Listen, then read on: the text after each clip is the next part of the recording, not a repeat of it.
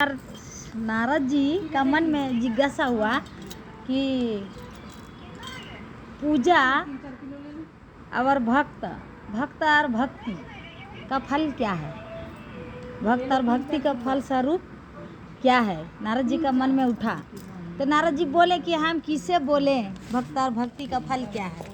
तो नारद जी बोले कि जाके हम ब्रह्मा जी से पूछते हैं। ब्रह्मा जी से जाके पूछे ब्रह्मा जी को कि हे बाबा, ब्रह्मा जी को बोले परम पिता आप ब्रह्मा जी है, आप बताइए कि भक्त और भक्ति का फल स्वरूप रूप क्या है।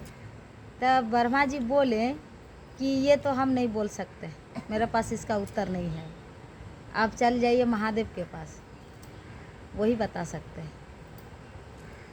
तब जाके बोले ब्रह्मा जी बोले कि महादेव के पास जाइए, वही जगत गुरु है, वही बता सकते हैं। तब नारद जी वहाँ से चल गए महादेव के पास। महादेव के पास जाके कैलाश पर्वत पर गए तो महादेव तो ऐसे नहीं बात कर सकते हैं, वो तो हमेशा ध्यान में रहते हैं, वो ध्यान में लीन है। तब बोले नारद जी बोले कि क्या करें उपाय, कैसे हम जगाएं, कैसे पूछें।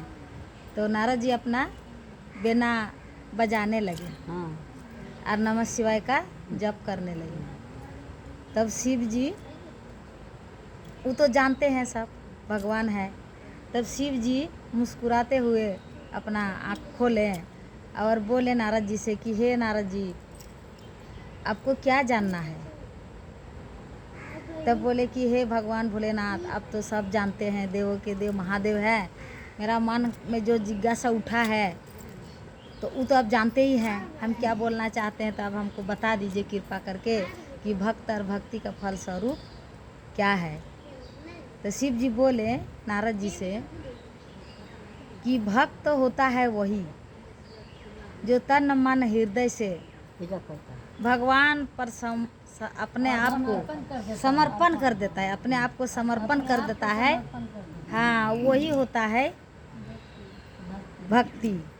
और भक्त का स्वरूप जो बोले, भक्त का क्या है, भाव है, कुछ नहीं मांगते हैं भगवान या किसी देवी देवता का। कोई भी भक्त है तो आप किसी को छोटा या बड़ा, ऊंचा नीचा, गरीब अमीर, कुछ नहीं, धन दौलत ये तो कुछ नहीं है, ये तो कुछ भी नहीं है। अगर अपना दिल मन हृदय से किसी को मानिएगा, अच्छा कीजिएगा, बस वही है भक्त और भक्ति का, भक्त और भक्ति का फल स्वरूप।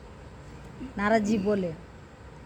तब से मानव लोग में नारद जी अपना बेना बजाते हुए घूमते फिरते हैं, आसमान में बरमान करते हैं। तो कहा जाता है कि उसी का हवा आके कुछ किसी को आया, कान में गूंजा, तो हृदय में घुसा, तो कोई भक्त का प्रचार करने लगे, भजन गान करने लगे। हर हर महादेव। छोटा सा था।